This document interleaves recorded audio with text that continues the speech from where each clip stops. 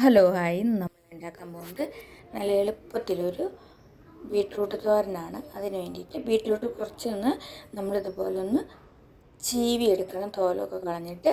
പിന്നെ നമ്മൾക്കൊരു പാനിൽ കുറച്ച് വെളിച്ചെണ്ണ ഒഴിച്ച് കൊടുത്ത് അതിൽ കടുക് ഇട്ടിട്ട് കടുക് പൊട്ടി കഴിയുമ്പോൾ അതിലേക്ക് കറിവേപ്പിലും പച്ചമുളകും കൂടിയിട്ട്, പച്ചമുളകും ഒന്ന് നടുകെ കട്ട് ചെയ്തിട്ട് അതും ഇട്ട് കൊടുത്തിട്ട് നമ്മളതിലേക്ക് കുറച്ച് നാളികേരം ഇട്ട് കൊടുക്കുക.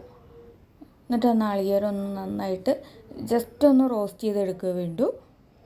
നന്നായിട്ട് ആ പച്ചമണം ഒന്ന് മാറി വരിക വേണ്ടു. അപ്പോൾ ഒന്ന് ചെറുതായിട്ടൊന്ന് റോസ്റ്റ് ചെയ്തെടുക്കുക. പിന്നെ നമ്മൾ ആ ചീവി വെച്ചിരിക്കുന്ന ആ ബീട്രൂട്ട് ഇട്ട് കൊടുക്കുക. ഇത് നമ്മൾ കഷ്ണമായി കട്ട് ചെയ്തെടുക്കുകയെന്ന് വെച്ചാൽ നമ്മളിതിൽ വെള്ളം ഒഴിച്ച് വേവിക്കണം. ഇങ്ങനെ ചീവി എടുക്കുമ്പോൾ പെട്ടെന്ന് തന്നെ വെന്ത് കിട്ടുന്നത് കാരണം ഇതിൽ വെള്ളമൊന്നും ഒഴിച്ച് കൊടുക്കണ്ട. ഇനി നമ്മളിതൊന്ന് മിക്സ് ചെയ്ത് കൊടുത്തിട്ട് നന്നായിട്ട് ആവിയിൽ ഒന്ന് സിമ്മിലിട്ടിട്ട് വേണത് വേവിച്ചെടുക്കാൻ വേണ്ടിയിട്ട്.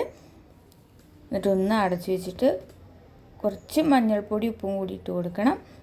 എന്നിട്ട് നമ്മൾ ഒന്ന് അടച്ച് വെച്ചിട്ട് വേവിച്ച് എടുക്കുക. ഒന്ന് ഇടയ്ക്കൊന്ന് നമ്മൾ തുറന്ന് നോക്കി ഇടയ്ക്കൊന്ന് മിക്സ് ചെയ്ത് കൊടുത്താൽ മതി. എളുപ്പമാണ് ഈ ബീട്രൂട്ട് തോരൻ ഉണ്ടാക്കാൻ, നമുക്ക് പെട്ടെന്ന് തന്നെ ആയി കിട്ടും ചെയ്യും.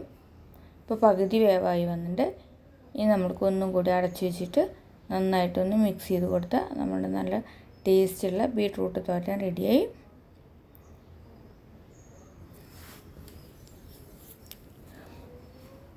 കണ്ടില്ലേ, ബീട്രൂട്ടൊക്കെ നന്നായി വെന്ത് വന്നിട്ട് എളുപ്പമാണ്. നമുക്ക് ഏറെ ഒരു 5 മിനിറ്റൊക്കെ വേണ്ടൂ ഈ തോരൻ ആയി കിട്ടാൻ വേണ്ടിയിട്ട്.